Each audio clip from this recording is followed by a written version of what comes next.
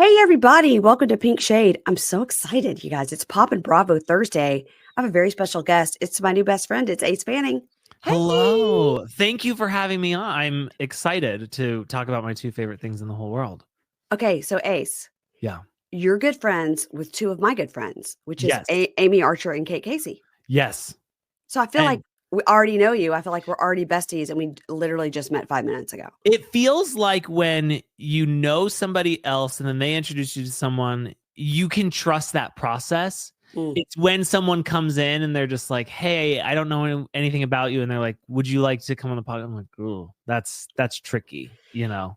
I get a lot of like, hey, have you heard of these gals for this podcast? I think you guys would really mesh well. And I was like, oh my gosh, now I got to like listen to their podcast and I got to decide if I think they would be nice. I was like, I need you just to tell me this is a person, you know? Here's the thing that I love about my wife and I is like, we're too lazy to reach out to anybody. So it's like, it's always people like, we tell them like, hey, we'd love to do something with you, but you got to do all the legwork. So right. Amy, when we record with Amy and Amanda, they're always like, we'll send you the link. We'll take the episode. We'll download it. We'll send it. We'll do all that. I was like, oh, perfect. And then, because one time we tried to do it and they were like, can we get the meeting link? And I was like, no, I haven't done that yet. Like that's above my pay grade and stuff. So sometimes Amy will be like, can you send me separate tracks? I'm like, what are you talking about? I don't know what that means. I just hit the little button that says download, and that she's like,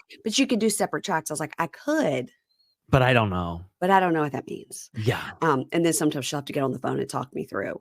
Love her. Amy is on my show every weekend on Prime. We do 90 Day Last Resort. Oh goodness. Which is the best show on television. My problem with 90 Days, I loved the first 2 or 3 seasons, and then I felt like it got out of control with like, then it was 90 days before, 90 days after, 90 days inside out ways. It's so many 90 days things, and I'm like, I can't keep up, and I don't know who all these people are. And then you're like, wait, I saw this person before, and now I see them on this show, and is that the same person they were with? And it's all over the place. Well, yeah, I understand how you could feel that way. And then it feels too overwhelming. Yeah. Because you're like, where would I even start? Yeah. Because there's so many iterations. So if you weren't watching for the last 10 years, then maybe it's too late for you.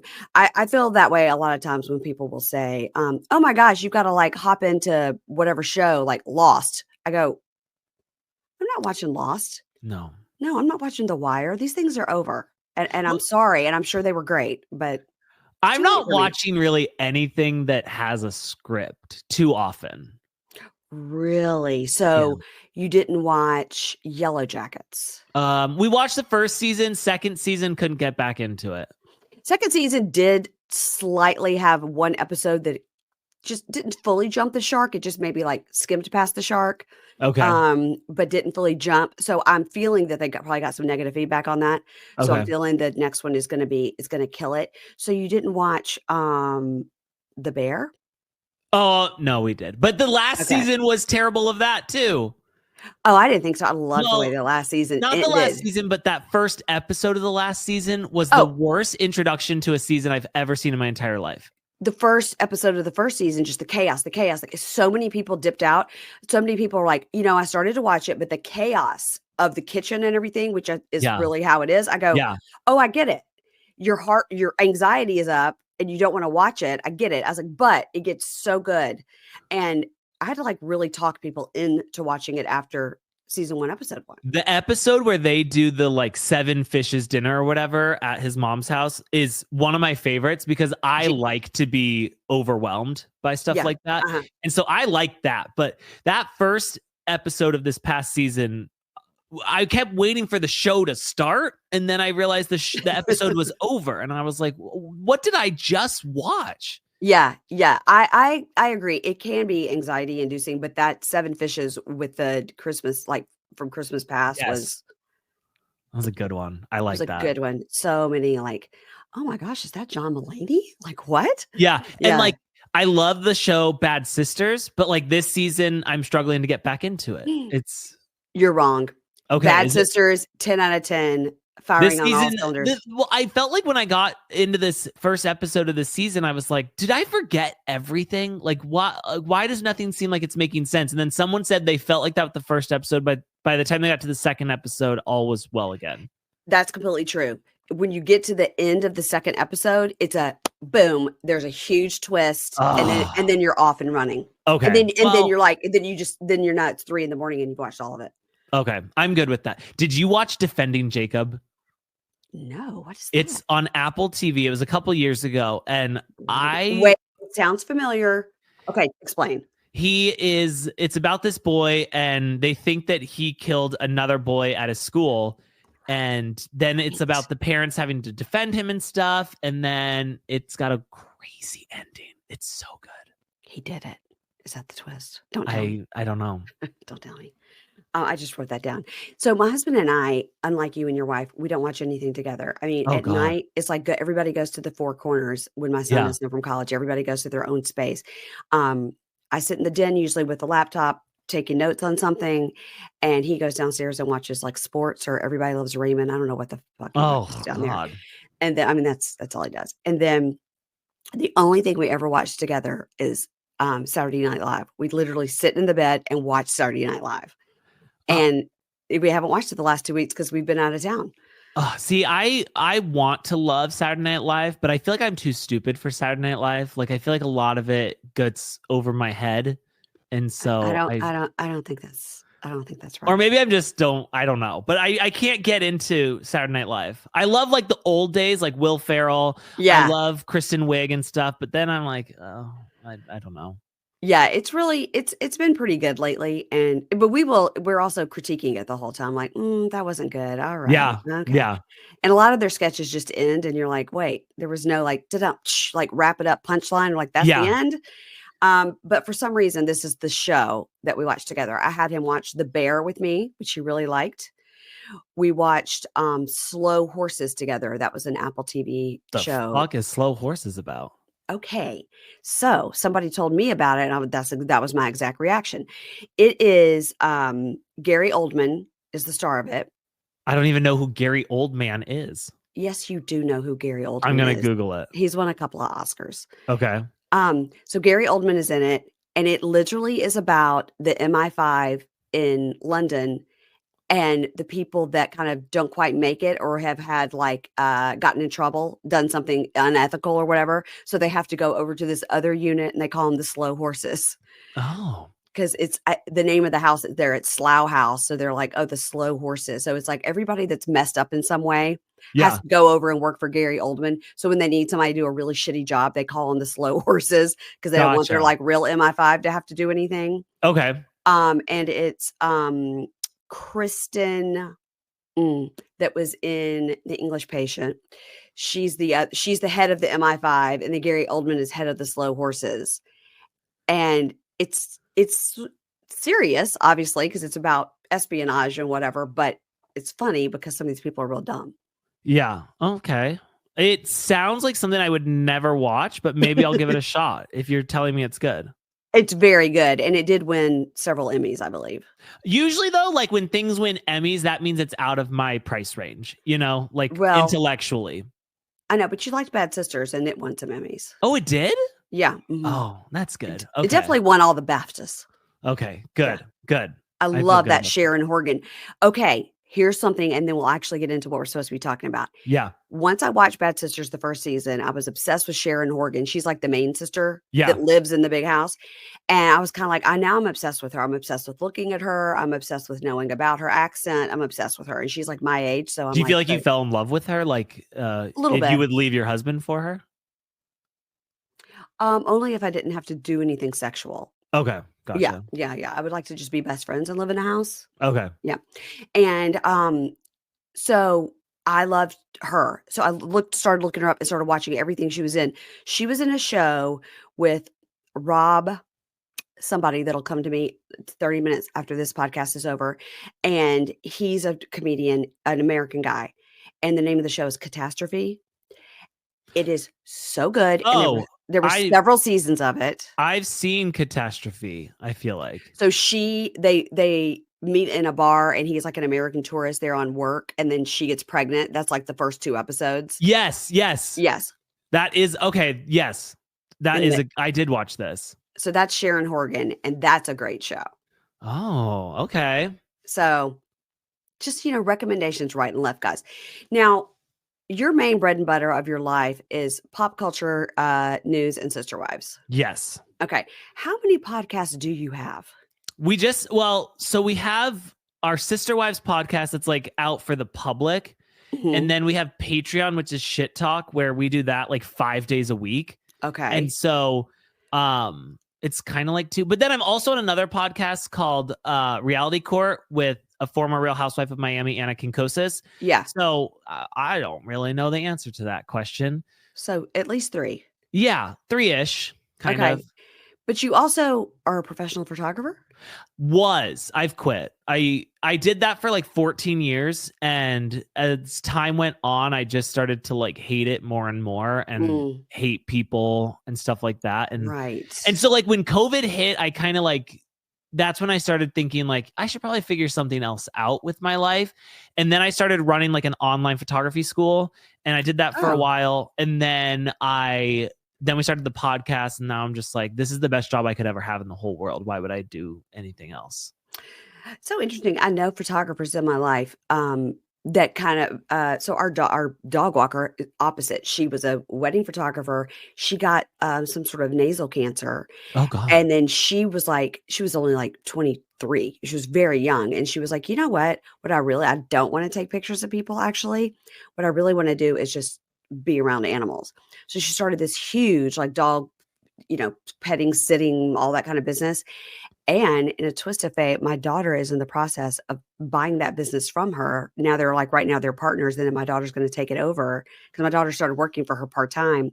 And now my daughter's going to be the owner of that business because Katie's going back to photography. Wow. I think at some point I'll go back. I just feel like I got burnt out because it's literally like, that's what I did in college and then out of college. And it was for so long. But also you just kind of dropped in there. You have a dog walker. Like what kind of money are we talking about over here? Like that's, you just have a dog walker? You mean me? Like I have somebody that walks my dogs? Yeah. Okay. So the way this started was we were going to be gone for like an entire day, and our dog was little, and we were like, she's going to like pee and poop all over the house. Somebody needs to come and get her. So we found this girl. I just found her like on Nextdoor or somebody. Like I got a recommendation. She was great. And so then every so often, if my husband, because he sort of works from home, he works on the hill and he sort of sometimes goes to the hill. If we're both going to be out or I'm going to be up here working all day, like somebody's got to take these dogs out and nobody here can do it.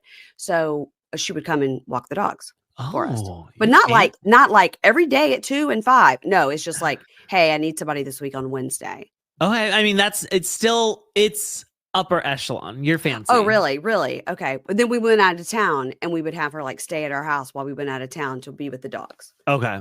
Yeah. Because they can be by themselves. No. I get it. I get it for sure. You're calling me fancy. That's fine. I'll take it. I like it. I don't mind. Yeah, no one's ever called me fancy. But I love to call people fancy because it's you have like a fancy studio. I'll tell you that much. Thank you. I do feel like that. I get intrigued by people, like, especially I think because you are, you're raised in the South. Like there's a level of class that you have that I've never had. You know what I mean? Wow. Okay. Like my dad was in the trailer park. I don't relate to anything fancy at all. And so when I meet fancy people, I love it. Okay. Well, I'll take it. I don't mind it. I don't take it as a dig. I take don't. I mean, what can I do?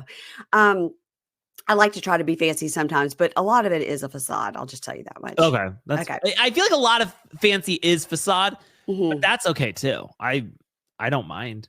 Okay. All right. Now, because pop culture is your bread and butter these days, and the Justin Baldoni, Blake Lively situation, now don't say anything to get me canceled, but what are your thoughts? Because I'm only lightly following it, and I'm glad that I'm only lightly following it. I'm in the same boat as you. Like I've not been the person who sat down and things, but also I am I am somebody who will flip flop right over as long, like with whatever everyone's saying. So at first I was like, Blake Lively is awful. She's the worst human being in the whole world. And then it was like, it came out and everyone was like, no, Justin's the bad guy. And I'm like, oh, I hate him. Who would ever support him? And then now I feel like everyone's split. So I don't have an opinion anymore. Cause I'm like, I don't know. I've not done any of the research. The research I'm doing is like, I'll listen to Kate's podcast. Yeah. Or I listen to like Heather McDonald's podcast, or I listen to podcasts where people are talking about it. I'm like, okay, that's my opinion. Yeah. Oh, same. I watch conspiracy theory videos and it's like, oh my, I believe that 100%. And then I watch one debunking it and I was like, how did I ever believe that? And I'm not someone who's educated enough to form like an informed opinion. I go as the wind blows a lot. Yeah. A lot. And okay, so speaking of conspiracy theories, I was just downstairs talking to my daughter and we're having breakfast. And she said, explain to me about this Spencer Heidi thing. Because she's only 21. Okay. So I was like, okay, I did never really watch The Hills. I was like, but they were on The Hills. They were a couple. He purposely made himself out to be a villain. Yes. He had been in reality TV and he was like, hey, what this show needs is a villain. And he told production and they were like, do it. And that turned out the whole show was like very lightly scripted and all the storylines were made up. And so whatever. And I'm telling her all this. She's like, okay. But she's like, but what's the deal with like his marriage and his wife? So I was explaining like they've always been together. They're always like super in love. And he's always been very funny on social media. And here's what happened when their house burned down. He grew up in that neighborhood he literally lives down the street from his childhood home. And he grew up being friends with like Brody Jenner. And I'm explaining the entire thing. She's like, okay, but what's the deal with like the wife? I was like, okay, she put out this album 10 years ago. And because their house burned down, he goes, the only thing that will help us if you stream Heidi's music, because we get money from Spotify or whatever. So people are doing that. I said, but he's also helping rebuild his community because he's like, I'm not going to rebuild in Santa Monica. I'm going to stay in my community. I said, that's sort of the basic of it. And then as I'm cleaning up breakfast, I go, and also, he says that the reason he and Heidi moved to Hawaii for 1 year when they were at the height of their fame is because the Illuminati had approached them and wanted them to be in the Illuminati. And she goes, well, that's not true. I said, he's very out there. He's very wacky. And I said, who's to say it's not true? And that goes into conspiracy theory. Yeah, no, here's the thing about the Illuminati is they hit me up every other year. They're like, hey, you're super important. You're famous. Right. We want you a part of our group. And I'm just like, I don't like to be affiliated with too many things. Mm-hmm. I'm already affiliated with Sister Wives, and that's a tough thing to be associated with. So I do turn down the Illuminati, but we're on good terms. There's nothing bad there. I've also had to turn down Scientology. Where is Shelly? I know where she is. But for the most part, I think that the thing that you missed about all of that was when Heidi Montag had like 100 surgeries in one day and had a whole People magazine spread about like just her whole body and everything she did. Cause that was prime. Like that's what I feel like when the world was really going crazy. She asked me about that. And I said, now these days, it wouldn't seem so weird to get 10 surgeries all at once because you're already in there. Like, look at Angela from 90 Days. She got like 6 things at once because they're like, I'm already out. Just go ahead and do it all. Right. But I said, I know she got like her ears pinned back, like a nose job, an ass job, a boob job. And I was like, well, that's only like 4. I go, I don't fucking know. Yeah, I don't know. We'll figure it out. But at the time, so you said it was 10. I remember it being 100. It was 10. It was 10. Well, that's not exciting now. Dang it. But I mean, I only was able to name 4. Yeah. So the other 6 may have been really minor. Like it was probably like Botox injections. It's like, that's not surgery. And then probably just like something else really like minor. But so I was telling Anna that and I was like, at the time, because they were so ultra famous, she was able to get it all for free to promote, I said, and there's a show on at the time called The Swan where they made ugly people pretty. And I was like, what? I was like, I said it was a wild time. It was a wild time. It's crazy. Like Gen Z kids are just live like a totally different life than I feel like we do. And they're so shocked by the things that like help raise me, like the Swan, Biggest Loser. We just covered the first episode of Biggest Loser, and I loved The Biggest Loser. Watch it back and you'll be like, what the hell were we watching? And I remember my whole family coming around, eating our ice cream, watching The Biggest Loser. and here's the craziest part about it. I watched this show and I remember being a kid being like, holy moly, I don't even know how these people are walking. Like, they're huge. At my heaviest weight, I was the 4th largest person at The Biggest Loser. Like, I was 285 and there was only 3 other guys there who were weighed more than me. They're like, there's a girl there who weighs like 165. And I'm like, what? Why and she was on The Biggest Loser? That's the first season. It's so bad. And then they start the episode off with this. It's so funny. They go, these 12 people have one thing in common. They're all fat. And I'm like, wow, like, what are we watching? And I loved that show. I loved it. And honestly, watching it back, I was still like, I want to finish this season because I don't remember who wins. I don't remember how much weight was lost. And now you've got to research where are they now? Yes. And it's the most, like, I think of all the shows that we've ever had, it's the most, it's aged the worst. Like, it's so bad.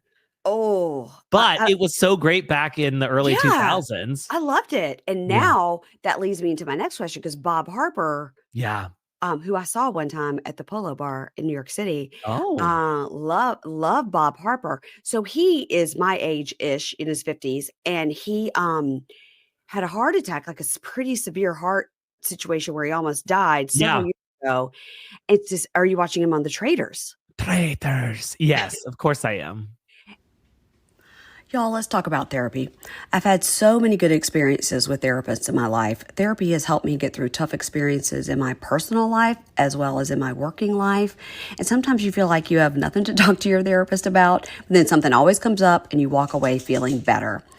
Finding a therapist you trust shouldn't be complicated or cost you a fortune, and that's why today's sponsor, RHONY, was formed.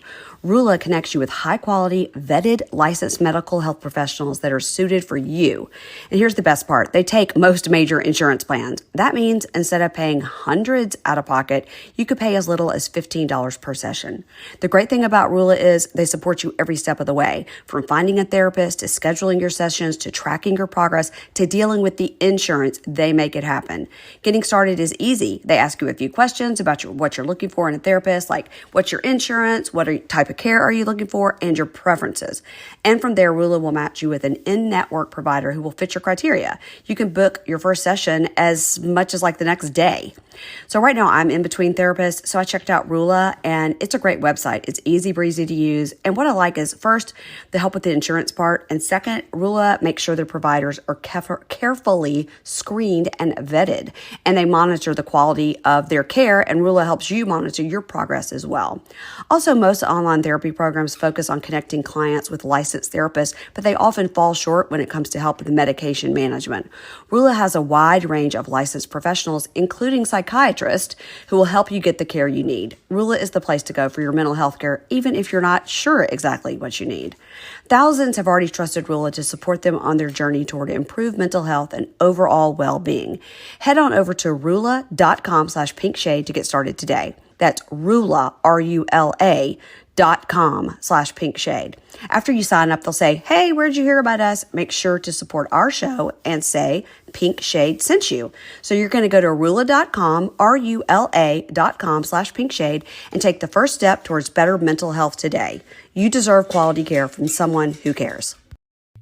And then this past week, when he was so struggling to carry the thing up the hill, and you're like, oh my God, this is the guy who on The Biggest Loser would put one of those pieces on his back and run up a hill and be like, come on, fatty, you can do it too. Yeah. Yeah. Well, here's the thing though. I felt like I loved Bob. It was Jillian that I was scared of. To this day, if I saw her, I would cross the street. But my wife and I were talking about it, and I was like, but if I was on The Biggest Loser, I would have to have someone like Jillian, because I would smooth talk Bob out of making me do anything. That's what I used to do, like growing up during sports. Like, I can remember I did gymnastics, and there would be days where we only did like strength and conditioning, and I would just talk to my coach about like the other kids and make him laugh and stuff, and he didn't notice that I wasn't actually doing what I was supposed to be doing. I would do that to Bob. I'm good at that too. Yeah. I'm good at that. And my daughter's really good at that. I noticed that very early on in high school and stuff, that anything she didn't want to do, she would just distract with talking and joking. And the next thing you know, class is over. Yep. Been I'm there, like, done that. I'm like, girl. I've told that. She's had therapists before, and I've told the therapist, don't let her talk over you so that no therapy occurs that I'm paying for. I had straight A's my entire life through school, and I feel like it's always because I was just like a teacher's pet. Brag. Yeah, humble brag. I know. But but also calm down, because it's in Arizona. So that means like if I was where you are, I would have been like barely holding on to grades. Because Arizona, like, we're stupid. We're like the worst state. Like, we're number 49. I'm from Mississippi, so we're 50. Oh, I mean, okay. you know. Okay, so the Justin Baldoni Blake Lively, we're the same. We have no opinion because I feel like all the facts are not in. If I Googled right now what the first article that comes up, that's what I believe in. Okay, and I'm just like, immediately I'm like, well, I believe Blake Lively, believe all women, and then but he's coming forth with some pretty good info that she was awful. So I don't know. Yeah. I don't know. Don't come, you guys. Nobody come at me and nobody come at Ace, because we literally don't know. No, we don't know. I'm always fine. You know what? It's fine if they want to come from me, because I always have an opinion and I don't have any of the knowledge. That's no facts. Fine. No facts. No fact. I don't really go off facts. Okay. What are your thoughts on what's going to happen with this Puff Daddy P Diddy situation? So is his trial is going to be like in May? No idea when the trial's going to be, but what I am like, well, now we had the fires in California, so I felt like everyone moved past Diddy for a little bit, so I'm ready to come back to Diddy. Me too. And I more than I'm like excited about Diddy, because I didn't grow up listening to Diddy. I didn't like, I wanted to wear Sean John at one point in my life, but that was about it. I liked Biggie. Yeah, but it's like I was never like a big Diddy guy. So what I'm excited for is like, who else is going to be in trouble? That's what I want to know. Right. Well, it's like the Epstein thing. No names. We never figured it out. No. He's got a picture with Katie Couric, and he's got Bill Clinton on his plane. To me, they're like, what does it mean? Right. And it's like, for me, it's like, I was never invited to any freak offs. So if there's pictures of me at the freak offs, they've been altered. Okay, I was not at any of the freak offs. But, as somebody like, as I was part of the Illuminati wanted me, I was close to that guest list, but I was usually busy. I did see on SNL this week, and I was telling you how much I love it. Dave Chappelle did a whole joke about like how his friends were like, you're telling me everybody went to those parties and you didn't go. And he's like, it was a tough way to find out I was ugly and I wasn't invited, but hilarious. That was, so I'll usually, like, if there's something big that happens on SNL, then I'll watch that thing. And that was good. I watched the entire Ariana Grande SNL because she killed it. She was so funny on that. She was so good. She is very, very funny. I'm slightly concerned about how she's shrinking before our eyes. Her and Cynthia Erivo have both. Have you seen like what they looked like when they started filming versus what they look like now? More so, I'm worried about Ariana's loss of color. Like she's just becoming more and more transparent. Like her eyebrows are clear. Everything is And she did so when she was on Saturday Night Live and she hosted and she was doing like an opening number, did you notice the inside of the palm of her tattoos inside of her palms are all tattooed? No, I did not notice that. Because I know she's got them all over her hands. I mean, she's got them, she's that girl, and that's great, good for her. But when she was doing like something, she has tattoos all over the inside of her palm. Oh, I feel like those would wear off very fast. Maybe she just keeps getting them redone. I don't know. I mean, I've got some tattoos. I see you have some tattoos. I can't imagine how bad that hurts. Yeah. I actually have like a huge phoenix on my back. You were the first one?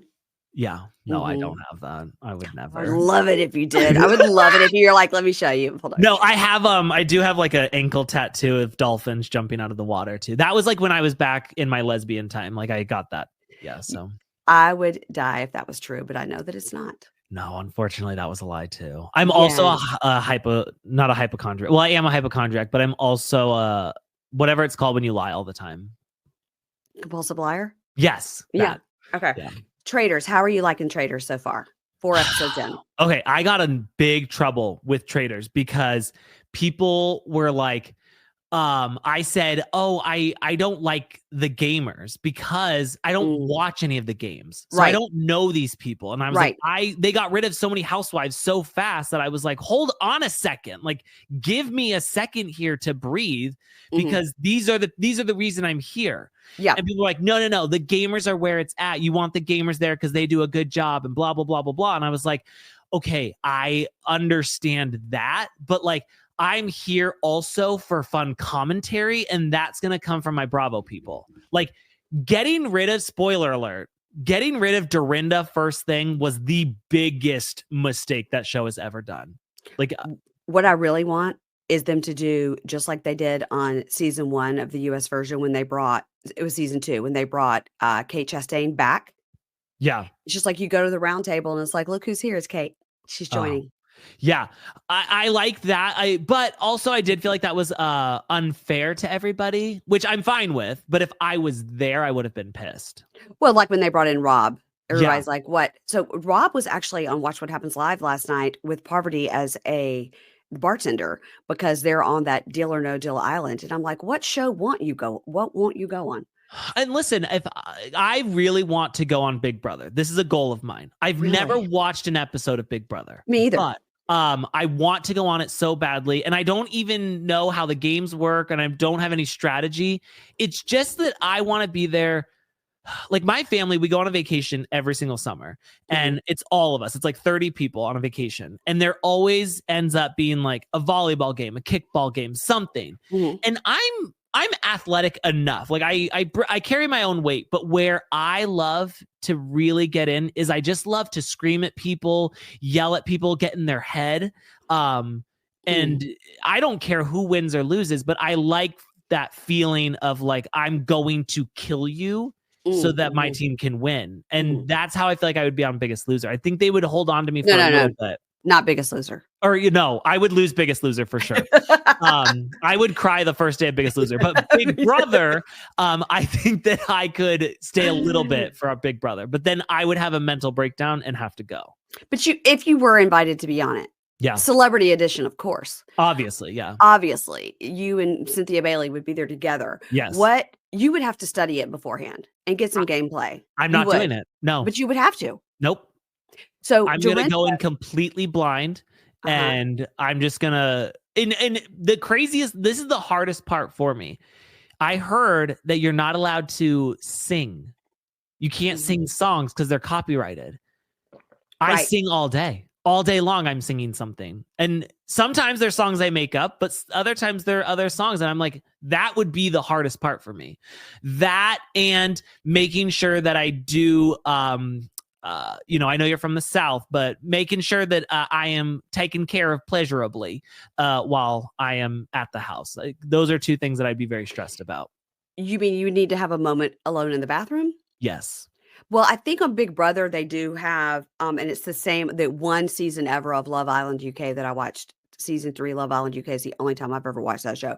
The bathrooms, they have, you can go in there to go like pee or poop. Yeah. In private. So I think if you needed to have that, as long as you went in there and were dead quiet about it. Yeah, it seems stressful. And then I might not be able to perform. So that would be yourself. Yeah, that'd be like two of my concerns going in is singing and masturbating and just trying to make sure that all you would just have to sing things that were okay, like Happy Birthday. You could sing that because that's okay.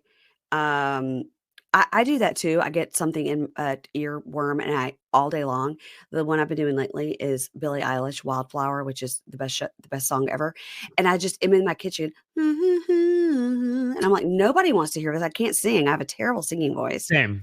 I sing to my dogs before, of course, they get picked up by the dog walker. We have, of course, obviously, but we have 2 small children, 13 months and 7 months. And so right now, what I am doing is really leaning into the children's songs, but my own spin on it. Okay. So like when we're doing Wheels on the Bus, it's like you know, because they don't understand, but it's like, you know, the hookers on the bus say $5, $5, like it's stuff like that. And so that's what I like to do. Yeah. I think those songs you could sing in the Big Brother house because I think all those songs are they're royalty free at this point. Okay, that'd be good. Yeah. Then I could probably do that. Now what you don't want is your 13-month-old to start saying words and the first word to be like hookers. Right. And you don't want that. No, so we're getting to that point where I feel like I'm gonna have to start being a little bit more mindful, which is gonna be tough, but I think I can do it. But you know, and I also I like to sit them down once a week and we kind of do like a performance review. And I talk about what they're doing right, what they're doing wrong, where they could improve. Right. There's never raises given or anything like that, but they are very receptive to that feedback in the moment, but then they lie afterwards because it's like I said, you know, we don't need to be screaming every single time that we're done with something. And that's not how it works in the office place. And they understand and they're laughing, they're smiling. And they're like, oh yeah, I shouldn't be doing that. Next day, lies. They're doing it again. You're screaming. Yes. It's just like, it's bullshit here. Well, guess what? In the words of, Kanye in Gold Digger, 18 years, 18 years. Yeah. And that's what you got. And it's great. It's great. Let me tell you what, you're in a sweet spot because everybody can sit up on their own. Yes. And because that's a big one. Once they can sit up, that's good. And you're probably at the spot where you can, at least the 7-month-old can be contained.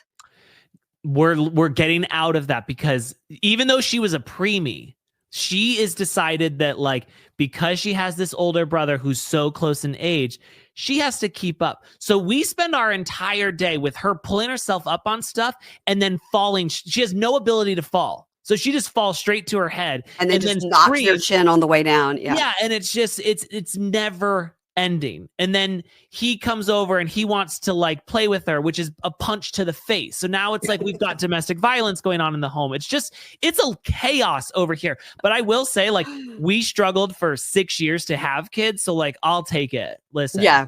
Yeah. You can scream at me all you want. I'm going to be one of those parents who I'll probably be those parents who's my kids grow up to be awful monsters. And I'll be like, well, listen, this is I'll have excuses left and right. Their teachers will probably always be wrong. Yeah. Yeah. Yeah. I get it. I get it. I just talked to my daughter about this last night when she has pretty severe ADHD and, you know, as it goes. And when she was in kindergarten, the teacher said to me, in that first week, so they sit down in kindergarten and they have their little spot, right? So her name, Anna, is on a ruler, you know, taped to her spot at her table. Yeah. You know, with a clear tape. And she picked the corners of all the tape, right? And so she's 5. And the teacher says to me, well, you know, she had to do a timeout or she didn't get green on her chart. She got a yellow because she picked at the thing and I told her not to. And I remember thinking really? Is that what we're doing? We're really going to give somebody a yellow instead of a green because they picked at the corner of the tape of their school bus ruler name tag. Really? Is that what we're doing? Really? See, I'm going to be even worse, though. I feel like I'm going to be the kind of parent, if someone is picking on my kid, I'm going to be the parent that, catfishes that bully and does that kind of thing. That's kind of where... it's going to be a documentary. Yes, definitely. Yeah. Okay. It's going to be... I feel like I was bullied so much as a kid. If you're going to bully my kid, I'm taking all of my 20 years of being bullied and taking it out on your child now. Wow. Okay. Yeah. I would suggest just taking it out on the parent and leave the kids alone because the parents are probably the root of the problem. I could do that too. Yeah. Yeah. That's what I would suggest going forward. A Hulu documentary. I see it in your future. I would hope for something a little less dark, but I'll take what I can get because I do really want to have a documentary at some point. Okay, good. Okay. Maybe they'll play this clip on there. Oh my God, then we'll both be famous. Yeah, that'd be great. That'd be great. Okay, now, all right. Did you hear that news about Meghan Markle shopping this post-divorce book idea? Yes. Which I gotta say something, like, I don't care about Meghan Markle. I don't care. The only time I've really cared about the royal family was when I thought that Kate was like kidnapped and in hiding or dead, you know, like, and then it came out that she had cancer, and I was like, oh God, what is wrong with everybody? Why were people saying such awful things about the family? As if I wasn't the like leading the charge on that. But yeah, of course. I don't care about the royal family. But I am intrigued to know, like, is this true? Is she really shopping that around? I think it's interesting to be like, okay, let's just find out what's doing. How much could I get if it's an OJ, if I did it? Yes. If I did it. And then she's like, okay, I'm only going to get 5 million. So, but if I stay with him, okay, so it's probably not worth it. So we'll stay together. Okay. Yeah. I think that's good business plan. I've thought about too, like, you know, when our life becomes a little bit boring and like people don't care anymore, it's like maybe we go for the divorce and then we come back together, because people love, as much as they love a divorce and breakup, they love when they come back together. You know, that's good. So that leads me to J-Lo. Now, I did see some rumors that she is like divorced from Ben and like has a new man. Oh yeah, she does have a new man. I can't remember his name, but it doesn't matter. I just need to know like what is his 401k? What's happening there? I have a question about J-Lo. Okay. You know, like, let's say that you're with J-Lo and you know, you're getting intimate. Do you call her J-Lo?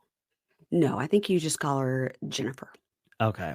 I just didn't know if it was like, oh, J-Lo, come on, girl. Like, you know, like, it's just, I feel like J-Lo I would sneak it in there at least once. Which, no, I don't think nobody calls her J-Lo. See, no. I would want to.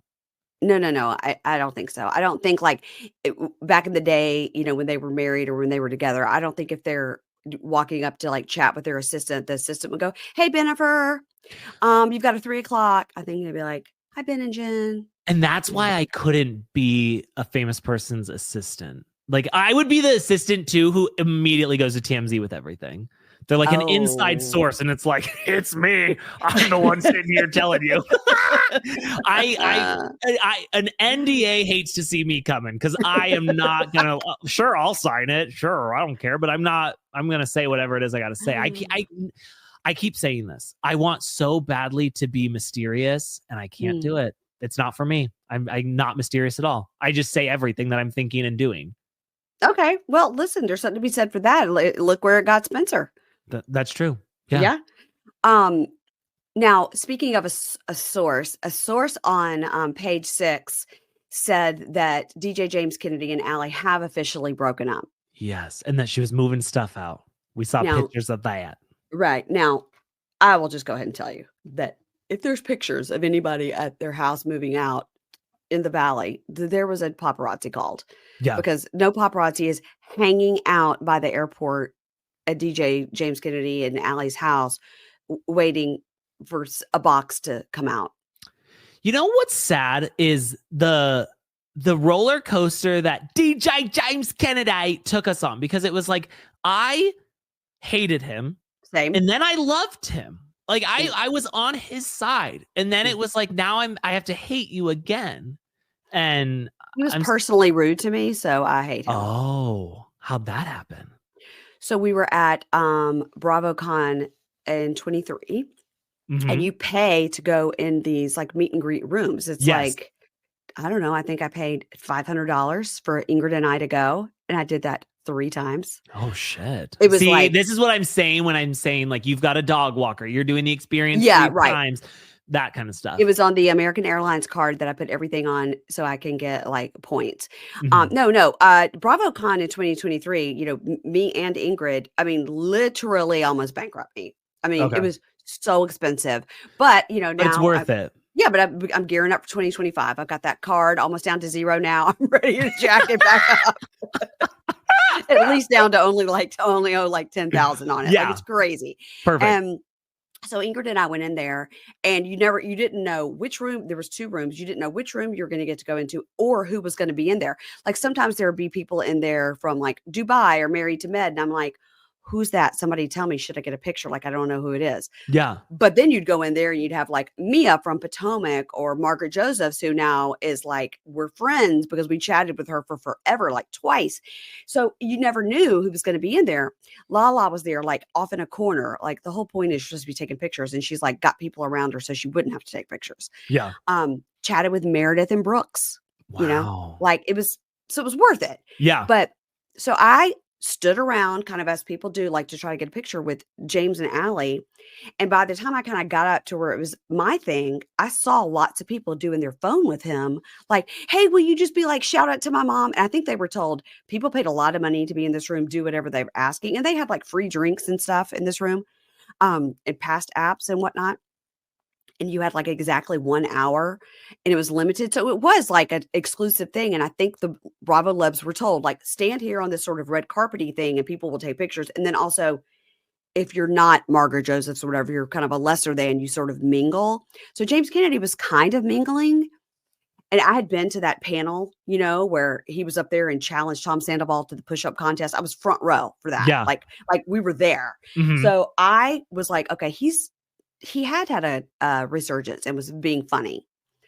So I went up to him. Lots of people were doing the phone, like, you know, hey, so-and-so's mom, is James Kennedy coming here to, you know, doing videos. Yeah. So I went up and I go, hey, will you do a fun video for my podcast listeners? And he kind of goes, oh yeah. And I go, just say like, hey, Bunkies, it's James Kennedy. We're having fun at BravoCon, just something like that. And he goes, okay, yeah. And then he goes, wait, did you say podcast? I go, yeah. And he goes, no, I think I won't. Oh, now, why? Other people are standing there and Allie had walked away. She would be my person. And so I go, what? Just like that. And he goes, yeah, no, I think I won't because I don't like podcasts. I think podcasts are shit. And I think I won't. Oh. Okay. He goes, but I'll do it like if it's to like your mother or like for your small business. And I go, this is my small business. You're like, okay, actually, you don't need to do the podcast. Can you just say, I have another company. I do bunk beds and we call them bunkies. And can you just do it for that? That's actually my other business. I was so like, and all the people that had been like, you know, you're kind of like in line, but you're with other people and you're chatting. And me, I'm trying to be like, do you like podcasts? I have one, you know, and you're in line and you're chatting with people. And then all the people that had been standing with me were like, oh, like, what a dick. I mean, they could not believe it. And so I go, okay, then never mind. I literally didn't get a picture or anything. I go, okay, never mind then. And started to walk off. And everybody around was like, wow. And as I was walking off, he goes, no, seriously, you have like a mother or somebody I could do it. And every time he said mother, it made me feel like, okay, I'm sure you're like, okay, little girl, do you have like a mommy you would like me? I was like, first of all, literally, you could be my child. So shut up. And my mom's 83 and she could give a shit. But that's when I would have come in and said, how dare you? My mother has passed. For you to bring that up. And then it's like, he's like, I'm sorry, let me do the podcast one. It's like, thank you. No, but when he did that, he goes like, no, I think I won't. I think I do. I hate podcasts. I think podcasts are shit, all this stuff. And I was like, wow. Well, I'm not going to make fun of you. You're literally making your own video. But now guess what? I have a great story to tell on my podcast. Right. And that's like actually even better than. That's better than all of that. So ever since then, I'm like, I know he's funny and the worm with the mustache and all that. But actually to me, he just seems like a coked up abusive asshole. Yeah. Oh, for sure. Which is how I like my reality stars. But I know that you had that experience at BravoCon. But I'm currently writing a book about my experience at BravoCon. Lots of publishers have reached out about it, but I had asked Sheena a question and it was featured on Vanderpump Rules. It was featured on Watch What Happens Live. It was featured somewhere else. I can't remember. There's just so many places. And so a lot of people have reached out and they're like, hey, we would like for you to write a book about your experience going through fame and all of that. So that should be coming out soon. It'll be like, and what was this alleged question that you asked Sheena? I asked Sheena, I said, hey, over at the other panel, they're saying that you went and partied with Tom Sandoval last night. And what do you have to say about that? And then, so it caused like a big fight and stuff, which was fun. So yeah, I'm writing a book about it. Is any of this true?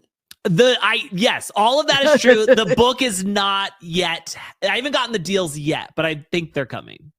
Okay. So when we're done with this, we'll talk about BravoCon because we're going again and you and I share Babs, our Caesars. Yes. So I will be 2025. Assuming that I can get tickets. I mean, that was so stressful last year. That was stressful, but we got them. You got them. Somebody probably gave them to you. Nobody's giving me shit. I'm paying for everything. But actually this year, my other podcast is at a network, and they said that they would be able to get like press tickets or something. And I was like, hell yeah. Okay, so here's the thing. Last year at BravoCon, the only people that had press were like Entertainment Tonight. Is that still a show? Access Hollywood, whatever those show, Good Morning America. I don't know. All of that, they were the only people that had the press, right? So there was the press room, and then where you walked around to the VIP lounge was right next to each other. So I would always like peek my head into the press room. I knew a couple of people that were in the press room, but like I was there, you were there, Ryan Bailey, RHONY from Crappens, like a lot of friends were there, Ceci from the Bravo docket, Amy Phillips, lots of people were there. None of us podcasters had press. And when they sent you, like afterwards, they sent you the survey. Yeah. I wrote a whole dissertation on, or the 180 characters, whatever I could do, which was like, you should have had a spot specifically for podcasters to have like their own like lounge area. And by the way, Bravo, all you want to do is make money. You can make money off of that. You could do like a meet your favorite podcaster and sell tickets for that room. Because people would like to come in there, especially if somebody like Ryan is in there. Let me tell you what, walking around BravoCon with Ryan Bailey, I was like, I have to ditch you. Because I love you and we are very good friends. Yeah. But I was like, this is too much with all these people coming up. And nobody knows me and I'm getting offended. So I'm a little nervous this year because with my fame blowing up last year after BravoCon, everyone's going to be like, you're the guy who wore the BravoCon shirt and asked Sheena the question. So I'm probably going to go in disguise, incognito, just because I want to be able to enjoy the experience. Okay. Well, you and I can walk around together and we'll see what happens. Okay. All right. I'm very excited. Now, is Caitlin coming too? Yes. We don't do anything separate. Okay, well that's codependent. That's fine. Yeah, we've never like in all the time we've been together, like never been apart. Like I go to the grocery store and I call her. Well, my husband does that too because he doesn't know where anything is in the grocery store. No, I'm calling to tell her about something that I saw because I might forget by the time I got home. Okay, right. Well, that's codependent, and I think that's great. If it works for you, it works for you. Thank you. Okay, now I know you cover Sister Wives. The only time ever I've watched a full episode of Sister Wives, yet I know everything. Yeah. Is I was sick and I was stuck in the bed and it came on between my 90-day shows. Yeah. I had to watch an entire episode, and it was when they were planning for and then had Christine's wedding shower. Which Amy then told me we'd already seen that on a whole entire special and we had to watch it again. Yes. And during that episode, Robin's daughters, who seem to just have one name, their names are all together. What are their names? Wobiana. Yeah. Whatever that name is, they went and like talked to that non-denominational church, which you could tell Robin was like, oh, you accept Muslims and all people here. This will not be for us. We got to go. Yeah. That's the only full episode I've ever watched in my entire life. Wow.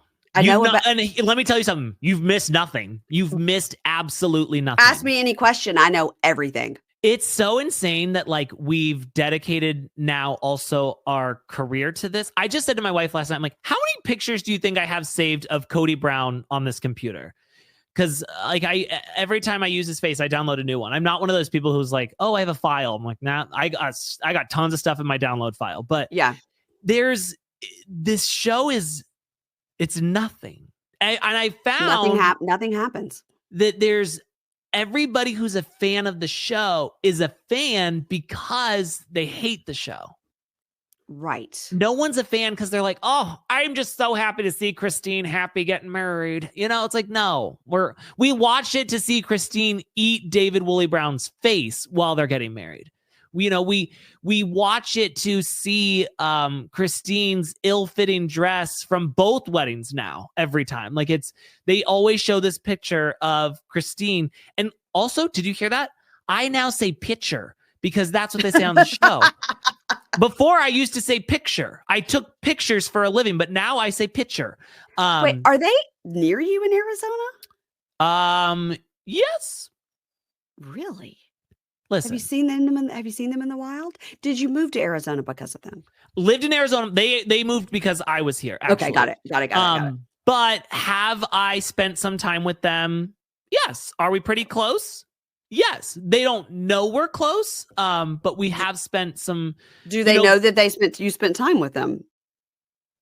No. Okay. All right. Cody and I have worked out at the gym together. He wasn't aware you were doing it together. Well, that's kind of like semantics at that point, okay, right. But we've worked out together a couple times. They invited us, me and my wife, to when they filmed the tell-all. So they invited us to that, and we got to see all of that and stuff. Are you serious? The invite was a little tricky. Like, I did kind of push my way in there by emailing production and acting like I was somebody else trying to get information. So this is like the Salahis when they went to the White House on Real Housewives of DC. It's exactly like that. Okay, it is exactly like that. I've stayed in Christine's house when it was a B&B or an Airbnb. I've toured Mary's mansion. But again, like, they've invited me over and stuff. It's never just like weird, Sounds pretty weird. And I do own Cody Brown's Lexus, the white one. Talk about fancy. Yeah. I mean, it was the best $5,000 I've ever spent in my entire life. And it had no brakes when it came. But what it did have was a treasure trove of goodies that they did not clean it out. They did not clean it out at all. Why did he have to get rid of it? Because he has 14 children and shouldn't be driving around in a Lexus? Well, I think, by the state of it, it wasn't, it's not great. It's seen better days. And I think that it was like, it's just rusting out on Coyote Pass. Let's get rid of it. And so do you currently own it? Yes. It's currently in your driveway? Yes. It's in my driveway right now. Do you drive it? Yes. And when I do, it's so crazy because as soon as I get in there, get my hands on the steering wheel, I immediately hate women. It's just like, normally I love women. Normally I'm one of the girlies. But the second I get in that car, I'm just like, oh, hell yeah. Down with women. Of course, all these women wanting equal rights. What is that bullshit? And that's kind of, it just takes over. And that's what happens when I get in the Lexus. Yes. Wow. Also, when I got it, the battery that was in it was like a battery the size for like a lawnmower. And so I had to get the correct battery size. How much did you spend to be able to drive the car? I feel like I maybe put like another $1,500 into it. Oh, $1,500. Okay. Yeah. So I'm out $6,500, but I don't ever need anything else again in my life. I'm fulfilled. Just a whiff of misogyny right when you get in. Yes, second you get in. Yeah. I love We did that. a blacklight test just to kind of see if there were any stuff going on inside. And there was only one spot we found that may have been a little suspect. It was him and Robin getting it on in the back? Well, we think that, or it's possible that maybe someone was in the back seat, kind of looking over the seats, if you know what I'm saying. You're like, no, I don't. No, I don't. So we believe that Payne has a thing for breast. Is Payne a boy or a girl? Because you can't tell with those names of those. Payne is a boy. Now, it's the only name that should have been spelled with a Y, but it's the only one that's not spelled with a Y of Christine's children. And we think that, he maybe saw someone up front breastfeeding or something. We're not entirely sure. So you're thinking he had what you were describing as like a big brother moment there in the backseat? Yes. Okay. Got it. Yes. I am concerned about Robin's eyebrows, and I am concerned as to why Christine does not get Botox between here to fix that thing. Well, now you're tearing down women, and so it sounds like you're in the Lexus. I think that all of the women are so beautiful. I think Robin's eyebrows really shape her face perfectly, because it's like, how often do you get to go out and see someone with a Rock'em Sock'em robot head? Like, you don't get that often. And so I try to appreciate like what people's differences are. So it's kind of rude that you would say that, but I would never go after someone's looks. Okay. Well, I will tell you that they're all beautiful women, but Christine really, it's such, look at me. See, when I do that, you can't see anything. It's called Botox. You just put it right there and it just lifts that little thing. Florian on 90 Day could use the same because he gets mad and his new teeth just glow and he doesn't have a wrinkle because and he's so spray tan to an inch of his life. But the crevice between his brows, I'm like, literally just 2 little squirts would fix that right up. I know. You know what? Botox is tricky. I've done Botox a couple times and I finally got it right last time I did it, which was probably like a year ago. But she only did a little bit. And it was like I could still move some. But before that, it was like my forehead was like this. And I didn't like that because I'm too expressive for that. I don't like it when they do that either. And when I've told them this I went to this fancy lady in Potomac and she was recommended by somebody. And so I told her. Did she work at the Joint Chiropractic? She does not. Okay. She does not. And I told her, I was like, what I don't want is to look surprised all the time. Like even when I'm asleep. Like, because when they do it and your eyebrows are just like this all the time, and you're like, I'm aware of my age and I'm fine with it. I don't just want to wrinkle up between the brows like Christine Brown. Like that's really what I'm trying to go for here. And when I tell you, they have made it before work. It is, my eyebrows are like this all the time. And I'm like, okay, nobody can tell I had Botox. I look insane. Yeah. I'm currently obsessed with, I've always been obsessed with plastic surgery. When I was growing up, I thought I was going to be a plastic surgeon. Right now, I'm very into, a lot of people are getting like these baby facelifts. So like in their 30s, people are getting facelifts and it looks so incredible. And I'm like, I need one of those immediately. But see, you're a guy and you have a beard, so you can cover up whatever's happening here. With us ladies, we can't cover it up. Yeah. Well, I could also cover it up with like my double chin if it needs be. But I know, but you have a great camera angle right now. Thank you. It's the camera's slightly turned down a little bit. I know. Well, my husband is so funny. He is so trained that anytime I'm like, okay, get a picture like me and my friends or the kids, he's already, my husband is 6'4". He will then lift his hands above his head and tilt the camera down. So it's coming from the ceiling. You can't leave that man. Now I'm like, okay, great. And sometimes I look at pictures, I go, oh my God, look at me. Yeah. He's like, yeah, anybody looks good from 7 feet up. I'm like, but look how thin I look. Look at my legs. I look so shapely. Thankfully, I'm on the Ozempic now, so it's fine. I don't even have to worry about it. I'm on it too, Ace. Look at us. Oh, well, are you on Ozempic or tirzepatide? So I was on Mounjaro for 2 years. Yeah. And then, so I did get it at the regular, like $25 price with the insurance for like about a year.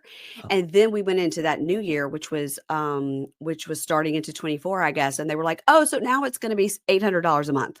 Oh, yeah. And as fancy as I am, I'm like, mommy can't afford that. Yeah. So I have dogs that need to be walked. I have dogs that need to be walked. I've got podcasts that need to be made. So I switched over to a tirzepatide. Tirzepatide. That word and literally it's like a compound. Yeah. Pink. No, it's not pink. Oh, mine's pink because it's like mixed with B12. That's how they're able to do it as like a compound. Yes, mine is also mixed with B12. I don't know what color it is. She goes in the other room and draws it up and brings it in. I was doing it for a while. Oh, you don't do it yourself? They mailed it to me and I did it myself. Oh. But now I'm with this new Medi Spa place in Old Town where I live, and you go in there to do it, and then you can also, because you're doing it through them, they give you these add-on services. They put you in this like red light therapy warm like sleeping bag thing that does lymphatic drainage, and it just squeezes you all the way up. Oh, I want that. And it's like they put the noise blocking headphones on you and you just get squeezed, and that's like included in the I will do just about everything I can to take care of my body except for like proper diet and exercise. So I'm all about that kind of stuff. Yes.